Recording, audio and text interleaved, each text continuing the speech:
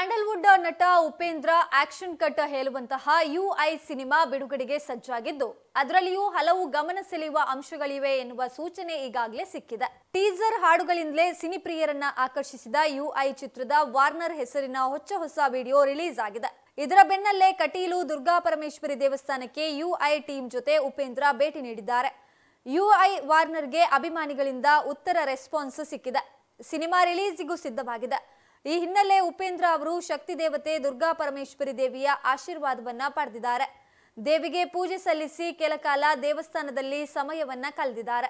ನಂತರ ಉಪೇಂದ್ರ ಮತ್ತು ಟೀಮ್ ಕೊರಗಜ್ಜ ದೈವದ ದರ್ಶನವನ್ನ ಪಡೆಯಲಿಕ್ಕಿದ್ದಾರೆ. ಉಪೇಂದ್ರ ಜೊತೆ ನಿರ್ಮಾಪಕ ಕೆಪಿ ಶ್ರೀಕಾಂತ್, ಲಹರಿ ವೇಲು ಹಾಗೂ ನವೀನ್ ಮನೋಹರನ್ ಕೂಡ ದೇವರ ದರ್ಶನವನ್ನ ಪಡೆದಿದ್ದಾರೆ. ಈ ವೇಳೆ ಉಪೇಂದ್ರ ಜೊತೆಗಿನ ಸೆಲ್ಫಿಗಾಗಿ ಅಭಿಮಾನಿಗಳು ಮುಗಿಬಿದ್ದಿದ್ದಾರೆ.